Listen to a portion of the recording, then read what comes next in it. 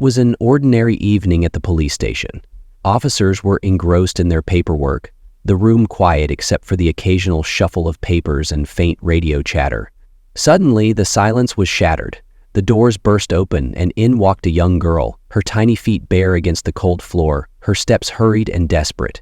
In her arms, she clutched a doll, tattered and worn, like it had seen more than its share of pain. Her face was streaked with tears, her breathing ragged, and her voice, though small, cut through the air like a cry for salvation. "Help! Please help!" she shouted, her voice trembling, yet fierce with urgency.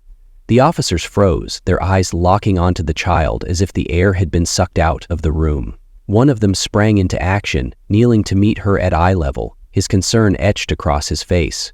"What's wrong, little one? What happened?" he asked gently. The girl hesitated, her chest heaving as she struggled to speak. Then, with trembling lips, she uttered the words that would send a chill through everyone in the room. "My dad, he's a monster." Her voice cracked, and the weight of her words seemed to hang in the air like a storm about to break. The officer's expression shifted from confusion to alarm, his instincts screaming that this wasn't a simple case of a lost child. Something darker was at play, and time wasn't on their side. Not long after the girl's desperate plea, Amanda, a seasoned social worker, arrived at the station. Her steps were quick, her expression firm yet empathetic, as she approached the child huddled in a corner of the room. The little girl's dress was stained, her hair unkempt, and her grip on the doll unrelenting, as if it were her only shield against the world. Amanda knelt before her, lowering herself to the child's level. "Hi, sweetheart," she said softly, her voice calm, reassuring. "My name is Amanda. I'm here to help you." The girl hesitated, her eyes wary, darting between Amanda and the officers nearby. But something in Amanda's voice, her tone, her patience, began to break through the fear. Slowly, the girl whispered fragments of her story. Her name was Lily, her mother had died, and everything had changed. The house, once filled with laughter, was now a place of shouting and broken things. She spoke of her father's outbursts, the crashing of chairs, and the moments she hid under her bed, clutching her doll, waiting for the storm to pass. Each word carried the weight of a child far too familiar with fear. Amanda listened intently, her own heart tightening as Lily's words painted a picture of loss and pain. But she didn't rush her. Every detail mattered. Every pause was a window into the fragile world Lily was holding together. Amanda wasted no time. With Lily safely in the care of the station officers, she drove to the child's home. The house loomed before her, a structure that seemed tired, worn, and heavy with neglect. The windows were obscured by faded curtains, the porch littered with scattered clothing, and the air around it carried an unsettling stillness. She knocked twice. No answer. After a moment, heavy footsteps approached, and the door creaked open, revealing Ethan, Lily's father. His face bore deep circles beneath weary eyes, and his expression was guarded, almost hostile. "I'm Amanda, a social worker," she introduced herself firmly but without judgment. "I'm here to talk about Lily." Ethan stepped aside reluctantly, allowing Amanda into the chaos within. The living room was a mess. Empty bottles strewn across the floor, clothes piled in corners, and a chair overturned near a broken vase. The air reeked of alcohol and something burnt, a testament to a man consumed by his own despair. "Sorry about the mess," Ethan muttered, avoiding Amanda's gaze. She scanned the room silently, noting every detail. "Lily told me she's scared," she said, her voice steady but pointed. She spoke of yelling, broken objects. "She feels unsafe." Ethan's shoulders tensed. He turned abruptly, his voice rising defensively. "I would never hurt my daughter," he exclaimed. Amanda stood her ground. "I'm not here to accuse you, Ethan. I'm here because Lily needs help. And so do you." As Ethan slumped onto the couch, Amanda sat nearby, her gaze unwavering. She pointed to a photograph on the table, a snapshot of happier times. In the picture, Ethan and his wife were laughing, with a much younger Lily nestled between them. "Is this her mother?" Amanda asked gently. Ethan picked up the frame, his hands trembling slightly. "Yes," he replied, his voice barely above a whisper. "She was everything to us. After she passed, I couldn't hold it together. It's like A part of me died with her. Amanda nodded, allowing him the space to continue. I know I'm failing, Ethan admitted, his voice cracking. I see it in Lily's eyes. She's afraid of me, and it breaks me. The weight of his confession hung in the air. At that moment, Lily's small footsteps echoed down the stairs. She held a crumpled photo, one she had clearly handled often, and approached Amanda cautiously. This is how he used to be, Lily said, her voice soft but firm. The photo showed Ethan and his wife, smiling with Lily between them. Now he never laughs. Ethan averted his gaze, the words hitting him harder than he'd expected. Amanda looked between the two, sensing the distance that grief had created. It was clear that while Ethan loved his daughter, he was drowning in his own pain. But for Lily's sake, something had to change, and it had to start. Ethan stood in the kitchen, gripping a wooden spoon in one hand and a cookbook in the other. It had been years since he had attempted a real meal, but tonight he wanted to do something different, for Lily. The kitchen was a mess, pots stacked in the sink, oil splattered on the counter, and a lingering smell of burnt garlic hanging in the air. Still, he pressed on, muttering to himself, "You can do this." Lily sat quietly at the table, her doll resting in front of her. She watched her father with skeptical eyes, her fingers idly twisting strands of the doll's hair. "Do you know how to cook?" she asked, her tone uncertain. Ethan forced a smile. "Of course. I used to cook with your mom all the time." But the truth was, he hadn't. His hands trembled as he poured oil into a pan, and moments later, flames erupted, licking at the edges of the pot. "Stay back!" Ethan yelled as he scrambled to extinguish the fire. The chaos in the kitchen mirrored the turmoil inside him. When the flames finally died down, smoke filled the room, and the stench of failure was overwhelming. Lily's voice broke the silence. "It smells bad," she said plainly, her words cutting deeper than she realized. Ethan slumped into a chair, burying his face in his hands. "I just wanted to do something nice for you," he mumbled, his voice thick with frustration. That night, the yelling returned. Lily retreated to her room, clutching her doll as her father's anger spilled into the house once again. When the noise finally stopped, she packed a small bag, her heart pounding with fear and resolve. She slipped out the front door, stepping into the cold night, leaving behind the only home she had ever known. The morning was cold and gray when Amanda arrived at the house. The front door was ajar, the air inside heavy with the scent of alcohol and despair. Ethan lay sprawled on the couch, surrounded by broken glass and overturned furniture.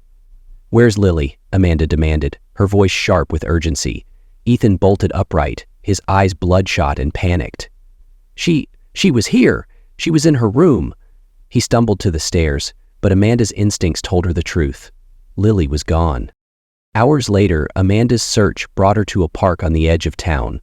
Under a rusty swing, she spotted a small figure curled up tightly, clutching a backpack to her chest. "Lily," Amanda called out as she rushed toward her. The girl looked up, startled. Her face was pale, her eyes rimmed with exhaustion. "I didn't know where else to go," she whispered, tears streaming down her cheeks. Amanda knelt beside her, wrapping her arms around the trembling child. "You're safe now, Lily. I've got you." Moments later, Ethan arrived, his breath labored from running. His eyes widened when he saw Lily in Amanda's arms. "Lily?" he called, his voice breaking. The girl peeked out from behind Amanda, her expression a mixture of hurt and distrust. Ethan stopped a few feet away, unsure of how to bridge the chasm between them. "I just want to make things right," he said, his voice trembling with emotion. Amanda stood between them, her voice firm but compassionate. "Lily doesn't need promises right now. She needs proof. She needs to see that you're willing to change." Ethan dropped to his knees, tears streaming down his face. "I know I've failed her. I know I've failed myself, but I'll do whatever it takes. I'll get help." Lily's voice was barely audible as she spoke. "You always say that, but you never do." Ethan nodded, the weight of her words pressing down on him. "You're right, Lily, I've let you down.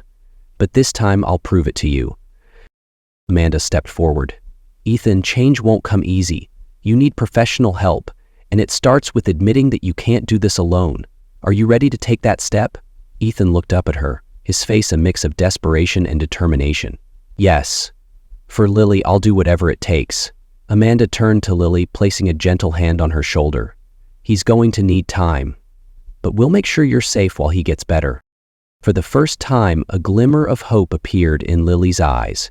It wasn't trust, not yet, but it was a start. Ethan's path would be long and difficult, but at that moment, he made a choice to fight for his daughter, a choice to fight for himself. Now, Ethan stood in the entrance of the rehabilitation center, his shoulders slumped under the weight of guilt and regret. The bright, sterile environment was a stark contrast to the emotional chaos he carried inside. A receptionist greeted him warmly, but her words barely registered as he was led to a small intake room. This was the beginning of a battle Ethan wasn't sure he was ready to face. The first days were grueling. Sitting in group sessions, Ethan listened to others recount their struggles, their pain, and their hope for redemption. At first, he remained silent, his emotions too raw to put into words. When his turn finally came, his voice trembled as he spoke. "I lost my wife," he admitted, "and with her, I lost myself. But the worst part, I'm losing my daughter too." The room was quiet, filled with the unspoken understanding of shared pain. It was in these moments, surrounded by strangers, that Ethan began to confront his grief. Each day brought challenges, but also small victories. He began to engage, to participate, to allow himself to feel emotions he had buried for so long. One evening, while unpacking a small box of personal items, Ethan discovered a sealed envelope with his name on it. The handwriting was unmistakable. It was from his late wife. His hands trembled as he opened it, revealing a heartfelt letter. The words on the page seemed to reach out to him across time. "Our daughter needs you. You have the strength to be the father she deserves." Tears streamed down his face as he clutched the letter to his chest. In that moment, Ethan found a purpose greater than himself. It wasn't just about recovery. It was about becoming the man his wife believed he could be, and the father Lily so desperately needed. While Ethan immersed himself in rehabilitation, Lily was placed in a foster home under Amanda's careful supervision. The room was simple but welcoming, a far cry from the chaos she had left behind. Despite the new environment, Lily remained cautious, her trust slow to rebuild. Her first visit to the rehabilitation center was tense. She sat across from Ethan, her small hands gripping her doll tightly, responding to his questions with short, monosyllabic answers. "How's school?" he asked. "Fine," she replied, avoiding his gaze. The silence that followed was heavy, but Ethan didn't give up. In one of his therapy sessions, Ethan learned a skill, crafting simple fabric bracelets. It wasn't much, but he poured his heart into making one for Lily, carefully choosing her favorite colors. When she arrived for her next visit, he handed it to her, his hands shaking slightly. "I made this for you," he said, his voice soft. Lily examined the bracelet silently before looking up at him. For the first time in months, she smiled. A small, tentative gesture, but one that spoke volumes. "Thank you, Dad. I like it," she said. Amanda, watching from a distance, noticed the subtle shift. It was a small step, but it marked the beginning of a fragile connection between father and daughter. As the weeks turned into months, Ethan began to transform. He attended every therapy session, opened up about his darkest moments, and confronted the grief that had consumed him. The letter from his wife became his anchor, a reminder of his purpose. Each time he felt like giving up, he reread her words. "Lily is our light. Take care of her." Lily's visits became less tense over time. Their conversations, once stilted, began to flow. During one visit, she asked, "Do you remember when we went to the zoo?" Ethan laughed, a sound that felt foreign yet liberating. "How could I forget? You wanted to feed every animal, even the lion," he said. These moments, though small, were monumental for both of them. They were rebuilding something precious, piece by piece. By the time Ethan completed his program, he was no longer the broken man who had walked through the center's doors. He was stronger, more present, and filled with a renewed sense of purpose. For the first time in years, he believed in himself, not just as a father, but as a man capable of creating a better life for his daughter. When Ethan was discharged, he returned home to a house that no longer echoed with anger and despair. It was clean, organized, and filled with the sound of Lily's laughter. a sound he had feared he might never hear again.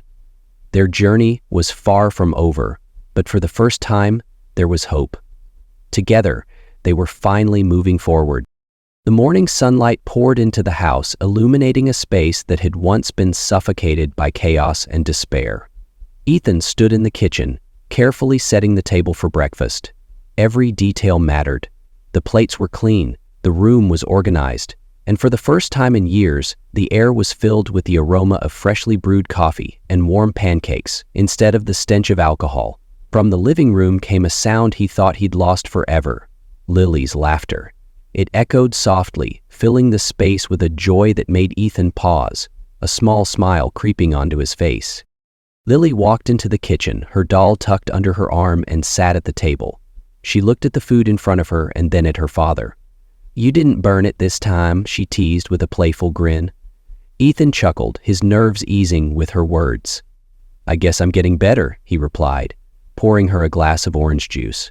The house, once a reflection of his turmoil, now symbolized a fresh start. Amanda stopped by later that day, her eyes scanning the clean and welcoming environment. "Things look different around here," she said, smiling. Ethan nodded. "It's not perfect, but it's a start. I'm trying, really trying this time." His voice carried a quiet determination that Amanda hadn't heard before. Lily, now sitting on the couch with her doll, looked at her father and smiled. The change was real, and for the first time in a long time, she felt safe. That evening, after Lily had fallen asleep, Ethan sat in the living room, holding the letter from his late wife. He read her words again, this time with a calmness in his heart. "Lily is our light. Take care of her the way we dreamed of doing together." He gently folded the letter and placed it back in the drawer, whispering to himself, "I'll keep my promise. For her, for us." Ethan returned to the couch where Lily had fallen asleep during their movie. He draped a blanket over her and watched her peaceful expression. The house was quiet, but it was no longer the silence of loneliness or anger. It was the calm of a family finding its way back to love and stability. As the camera pans to the gentle flicker of the living room lamp, the narrator's voice returns. Ethan's journey wasn't easy, and the road ahead will still have its challenges, but through resilience, love, and the support of those who believed in him, he found the strength to change, and in doing so, he not only saved himself, but gave his daughter the father she had always needed. If you found this story inspiring, make sure to like, share, and subscribe for more powerful tales of redemption, hope, and second chances. Together, we can shine a light on the strength of the human spirit. The final shot lingers on Ethan and Lily, now together in their home, a place no longer defined by pain, but by hope and love.